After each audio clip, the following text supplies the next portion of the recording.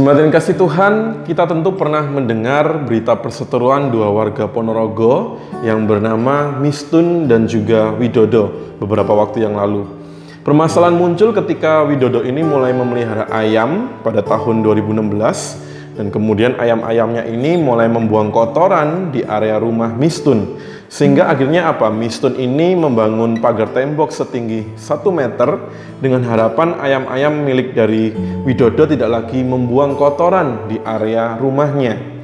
Pagar tembok ini yang membuat Widodo akhirnya dia juga harus menggunakan kursi ketika dia harus keluar masuk ke rumahnya. Akan tetapi dengan bantuan pengadilan negeri setempat akhirnya mereka dapat didamaikan dan kemudian tembok pagar 1 meter tersebut akhirnya juga dibongkar.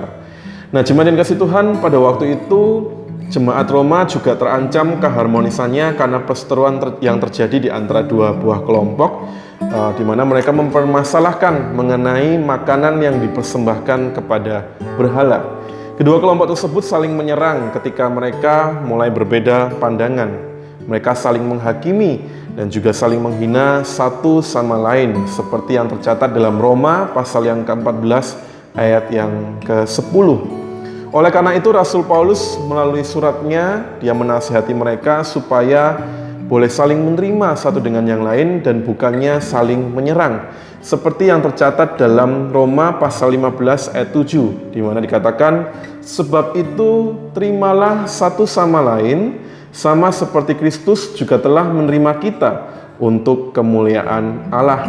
Sehingga ketika hal tersebut disampaikan, kemudian mulailah tercipta kerukunan di antara mereka seperti yang dicatat dalam ayat yang kelima.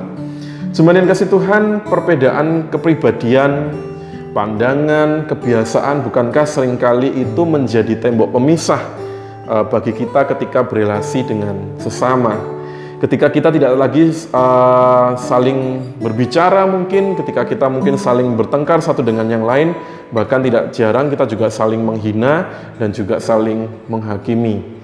Namun bukan itulah yang Tuhan Yesus kehendaki terjadi dalam kehidupan kita sebagai orang-orang percaya.